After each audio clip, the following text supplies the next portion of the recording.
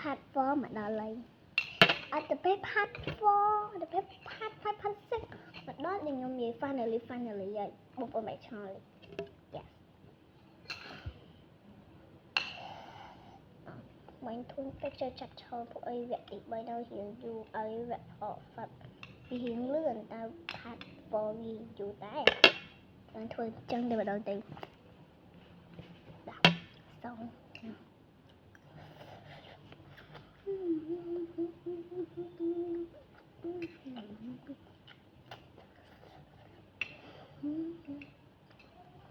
งั้นมัน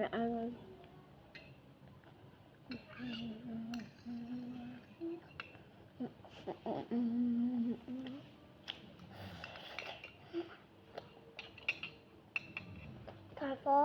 หายไฟกันยังถอดไงน้องอาจจะไปกับวิดีโอยังไงอยู่กัน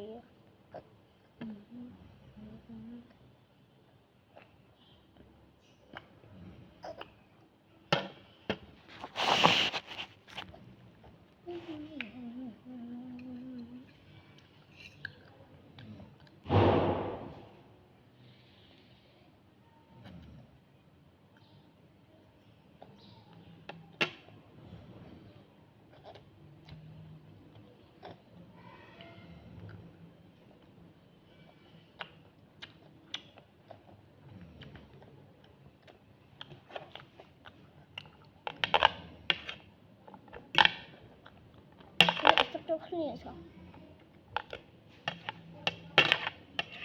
ตัวขึ้นเนี่ย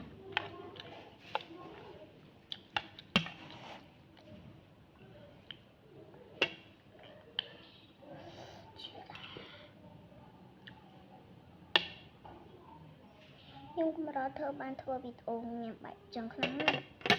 thật ra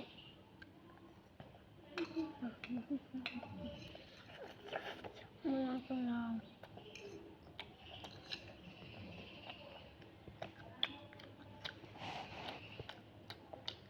nếu phát phai lưu có phát dịch mình gì cả phải khi không rằng mà nếu mà người ta có nhắc thì phải chặt người ta ra xong rồi là xong rồi giúp ra xong cái đá tơ được nha